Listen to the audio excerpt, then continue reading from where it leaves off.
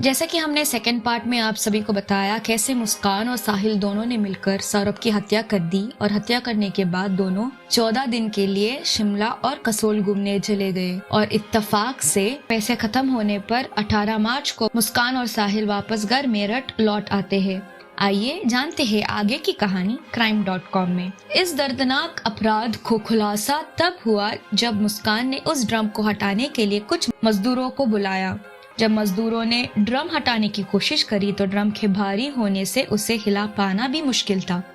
जब मजदूर ड्रम को पूरी ताकत से हिलाते हैं तो ड्रम का ढक्कन खुल जाता है और ड्रम के ढक्कन हटाने से अजीब बदबू आने लगती है। सब मजदूरों को समझ नहीं आता इतनी अजीब बदबू कैसे आ रही है। जब मजदूर मुस्कान से बदबू आने की वजह पूछते हैं तो मुस्कान बोलती है, कुछ नहीं, काफी दिन से घर का कचरा नहीं फेंका। मुस्कान की ये बात से मजदूरों को शक होता है क्योंकि अजीब से बदबू किसी के कचरे की नहीं, किसी लाश के सड़ने की थी। तब मजदूर इस बात की सूचना पुलिस को देते हैं। मुस्कान 18 मार्च को अपने माँ के घर जाती है और अपने माता पिता को सौरभ की हत्या के बारे में बताती है। माता पिता मुस्कान की बात सुनकर समझ जाते हैं कि उन्हें जिम्मेदारी से काम लेना होगा। वह तुरंत अपनी बेटी को लेकर पुलिस स्टेशन जाते हैं। मुस्कान के पिता प्रमोद ने इस मामले को सुलझाने में अहम भूमिका निभाते हैं। मुस्कान को पुलिस स्टेशन ले जाते समय मुस्कान के पिता प्रमोद स्कूटर रोककर मुस्कान से सच उगलवाने की कोशिश भी करते हैं। हालांकि उसने शुरू में अपने माता पिता को अस्पष्ट उत्तर दिए थे, लेकिन जब पुलिस ने मुस्कान से सच्चाई बताने के लिए उस पर दबाव डाला तो मुस्कान रस्तोगी ने अपने पति की हत्या करना स्वीकार कर लेती है। मुस्कान ने तब अपना अपराध कबूल करते हुए बताती है कि उसने और उसके दोस्त साहिल ने मिलकर सौरभ राजपूत की हत्या की है। मंगलवार को ब्रह्मपुरी थाना पुलिस और फोरेंसिक की टीम सौरभ के किराए के मकान में पहुंचते हैं। घर के अंदर दाखिल होते ही पुलिस की नजर एक ड्रम पर पड़ती जो काफी बड़ा और साथ ही बहुत भारी था। उसे देख पुलिस को शक होता है। ड्रम सीमेंट से भरा हुआ था, इसलिए ड्रम को तोड़ने की कोशिश नाकाम होती है। फिर पुलिस वाले एक टेम्पो बुलाते हैं, उसमें ड्रम को रखते हैं और मुर्दाघर ले जाते हैं पोस्टमार्टम के लिए, ताकि पहले ड्रम की जांच कर सके आखिर ड्रम में क्या है। फिर मैकेनिक को बुलाते हैं, मैकेनिक ड्रम को काटता है, फिर पत्थरों को तोड़ता है क्योंकि वो सीमेंट के घोल से बिल्कुल सख्त हो चुका था। और फिर अंदर से लाश के टुकड़े मिलते हैं, 2 हथेलियां, एक सर और एक दर्द और दोनों पैर मिलते हैं। ब्रह्मपुरी पुलिस ने मुकदमा दर्ज करने के बाद दोनों आरोपियों को कोर्ट में पेश करने के बाद जेल भेज देता है। मेरठ के सौरभ राजपूत की हत्या करने के बाद पत्नी मुस्कान और प्रेमी साहिल सलाखों के पीछे है। इस मामले में पुलिस जल्द चार्जशीट दाखिल करने के लिए साक्ष्य जुटाती है। इसी कड़ी में जिस किराए के घर में सौरभ और मुस्कान रहते थे, फोरेंसिक टीम मौके पर पहुंचते हैं और टीम ने मौके से खून के नमूने और फिंगरप्रिंट लेती है। टीम बेडरूम और बाथरूम का भी नक्शा तैयार करती है। टीम ने घटनास्थल की वीडियोग्राफी और फोटोग्राफी भी करती है। 2 घंटे साक्ष्य जुटाने के बाद टीम वापस लौटती है और साहिल के घर पर भी पुलिस की टीम जांच के लिए पहुंच जाती है। सौरभ की हत्या करने के बाद साहिल सौरभ के सिर को अपने घर ले गया था। पुलिस साहिल के कमरे से सौरभ के सिर को बरामद करती है। पुलिस साहिल के कमरे को सील कराती है और पुलिस कर्मी को तैनात करती है। पुलिस ने पाया कि साहिल के रूम में सिगरेट के डब्बों और नशीली दवा के पैकेट, साथ ही रूम में शैतानी कलाकृतियों को दर्शाने वाली तस्वीरों से भरा हुआ था। साहिल के कमरे के गेट पर ही लिखा है, नमक सवाद अनुसार, अकड़ अवकात अनुसार। उसके बाद शिव के अदियों की अवतार का चित्र दीवार पर लगा रखा था। कमरे की खिड़कियों पर अंधकार के लिए पर्दे लगे थे और सोफे के ऊपर तस्वीर लगी थी जिसमें 5 बार 6 लिखा हुआ था। दीवार पर 2 हाथ बने थे, एक हाथ में सिगरेट और दूसरा हाथ सिगरेट मांग रहा था। दीवार पर एक पेड़ था और पेड़ पर पिंजरा और कुछ पक्षी बैठे थे। जादू टोने में साहिल की रुचि ने अपराध में भूमिका निभाई, तांत्रिक अनुष्ठान के तहत की गई थी। दीवारों पर लिखे शब्दों में से एक था, you can't trip with us. दीवारें टूटी हुई थी और खिड़की पर चादर बंधी हुई थी। शराब के डिब्बे भी इधर उधर बिखरे हुए पाए गए। सौरभ की आत्मा की शांति के लिए ब्रह्मपुरी से लोगों ने मंगलवार को कैंडल मार्च निकाला। इस दौरान लोगों का गुस्सा फूट पड़ा। आरोपी साहिल शुक्ला और मुस्कान रस्तोगी को फांसी देने की मांग की। लोगों ने सौरभ और उसके परिवार को जल्द से जल्द न्याय देने का मांग की। कैंडल मार्च में सौरभ के परिजन भी शामिल हुए। हाथ में मोमबत्ती और सौरभ की तस्वीर लेकर निकाले कैंडल मार्च में काफी संख्या में भीड़ उमड़ पड़ी। सभी ने सौरभ के लिए न्याय मांगा। सौरभ के परिवार ने इस घटना से दुखी होकर दावा किया कि सौरभ ने मुस्कान के लिए सब कुछ त्याग दिया था, लेकिन उसे धोखा दिया गया। सौरभ के माता पिता ने कहा, सौरभ ने मुस्कान के लिए अपनी नौकरी और परिवार छोड़ दिया, लेकिन उसने उसकी जान ले ली। रेणु देवी ने याद किया कि शादी के बाद सौरभ ने अपनी परिवार से दूरी बना ली थी।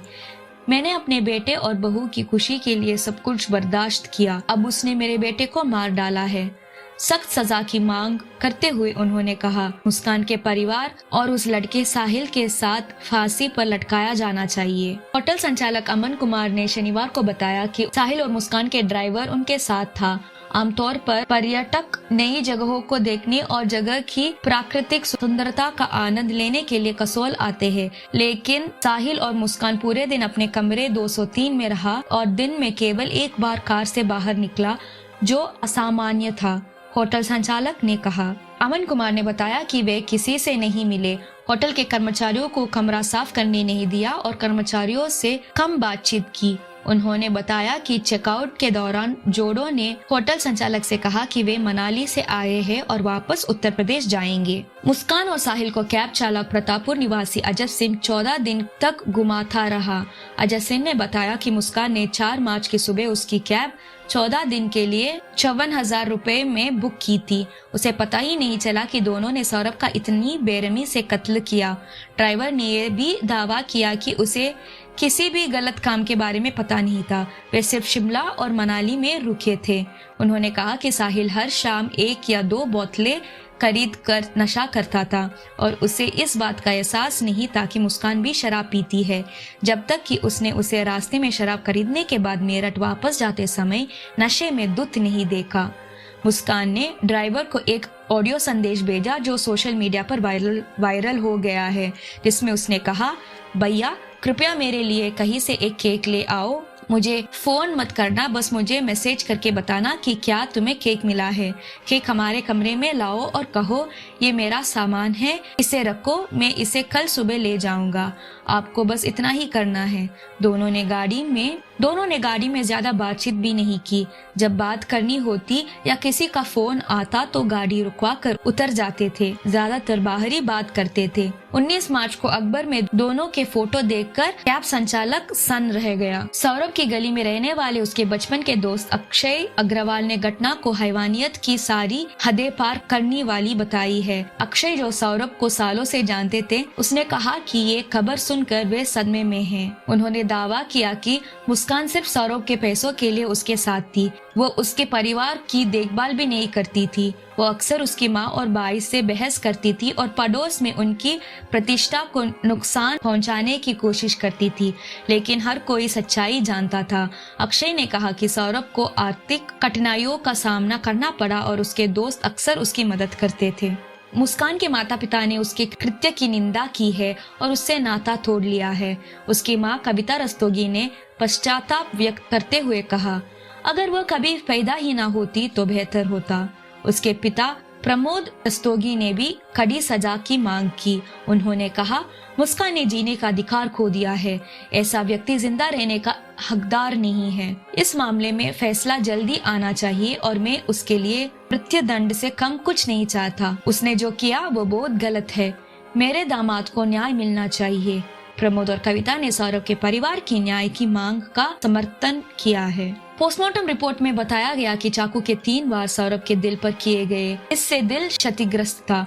सौरभ का जिस बेरहमी से कत्ल किया गया उसे देखकर पोस्टमार्टम करने वाले डॉक्टर चीफ फार्मासिस्ट और अन्य स्टाफ भी हैरत में थे। शव को देखकर चौंकना लाजमी था क्योंकि गर्दन धड़ से अलग कटी थी, कलाइयों से दोनों हाथ कटे थे, बाकी धड़ अलग था।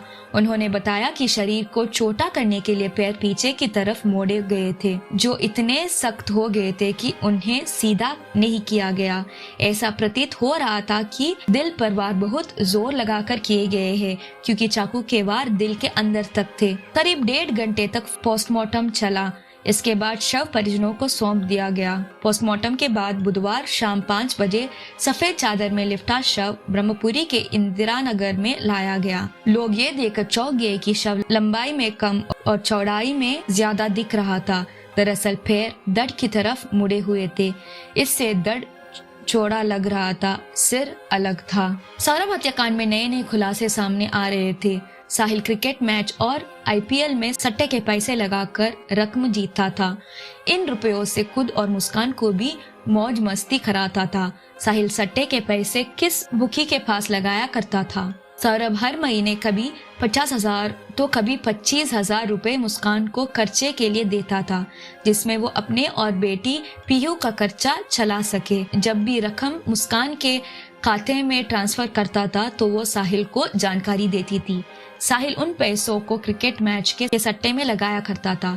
बीते साल T20 वर्ल्ड कप और चैंपियंस ट्रॉफी में भी सट्टा लगाया था। इसके अलावा कई सालों से IPL में भी मैचों पर भी सट्टा लगाया था। अब IPL पर रकम लगाने की तैयारी भी थी। इससे पहले वो जेल चला गया। साहिल के आस पड़ोस में रहने वाले लोगों ने भी बताया कि साहिल कोई नौकरी नहीं करता था, वह सट्टे में रकम भी लगाया करता था। पुलिस इस बिंदु पर भी जांच कर रही है। मुस्कान रस्तोगी और साहिल शुक्ला 19 मार्च से चौधरी चरण सिंह जिला जेल में बंद है। जब एक अदालत ने दोनों को 14 दिन की न्यायिक हिरासत में भेज दिया था। अधिकारियों ने कहा कि दोनों एक ही बैरक में रहना चाहते थे, लेकिन उन्हें बताया गया कि नियमों के मुताबिक यह संभव नहीं है। मुस्कान और साहिल सलाखों के पीछे अपने दिन बिता रहे हैं।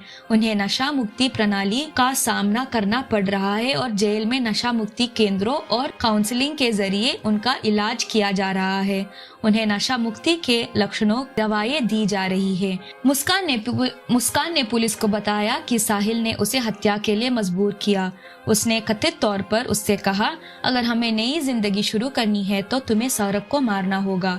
अपराध की रात उसने उसे सौरभ की छाती पर बैठने और उसे चाकू मारने के लिए कहा। जब वो हिचकिचाई तो उसने उसके हाथ को 3 बार वार करने के लिए निर्देशित किया। मुस्कान ने बताया कि साहिल ने मुस्कान को उसके पति की हत्या के लिए उकसाया। साहिल और मुस्कान ने पुलिस को फिंगरप्रिंट के जरिए सौरभ की पहचान करने से रोकने के लिए उसकी कलाई काटने की बात स्वीकार की। साहिल और मुस्कान ने आगे बताया कि उन्होंने सौरभ का गला काटा और उसका सिर धड़ से अलग कर दिया, क्योंकि उन्हें लगा कि सिर रहित शव से पीड़ित की पहचान करना मुश्किल हो जाएगा। मामले पर काम कर रही फोरेंसिक टीम को अपराध स्थल पर खून के धब्बे भी मिले, जिसमें बिस्तर की चादरें, तकिए, साथ ही बाथरूम में टाइल और पानी के नल पर भी खून के धब्बे मिले। जांचकर्ताओं ने अपराध स्थल से सूटकेस भी बरामद किया, जिसका इस्तेमाल मुस्कान और साहिल शव को ठिकाने लगाने के लिए करना चाहते थे। हालांकि दोनों ने कथित तौर पर योजना छोड़ दी, क्योंकि शव सूटकेस के अंदर फिट नहीं हुआ। इस प्रयास के कारण सूटकेस के अंदर खून के धब्बे लग गए थे। पुलिस ने दोनों के बयान दर्ज कर लिया है। इस मामले में साहिल और मुस्कान जेल में बंद है। अब कोर्ट में उनकी अगली पेशी 15 अप्रैल को है और आगे की जांच चल रही है। अपने आसपास के लोगों के प्रति सतर्क रहे। सभी लोग कृपया अपने करीबी लोगों को अपने पास रखें, सुरक्षित रहे और खुश रहे। अपराधियों को क्या सजा मिलनी चाहिए, इस पूरी कहानी को लेकर आपकी क्या राय है, उसे कमेंट बॉक्स में जरूर बताइए। अगर आपको ये वीडियो पसंद आया हो तो कृपया इसे लाइक करें, शेयर करें, और अगर आपने अब तक सब्सक्राइब नहीं किया है तो प्लीज हमें सपोर्ट करें और इस चैनल को सब्सक्राइब करें। हमारे नए वीडियो की सूचना प्राप्त करने के लिए कृपया नोटिफिकेशन बेल आइकॉन पर क्लिक करें। मिलते हैं अगले वीडियो में। धन्यवाद।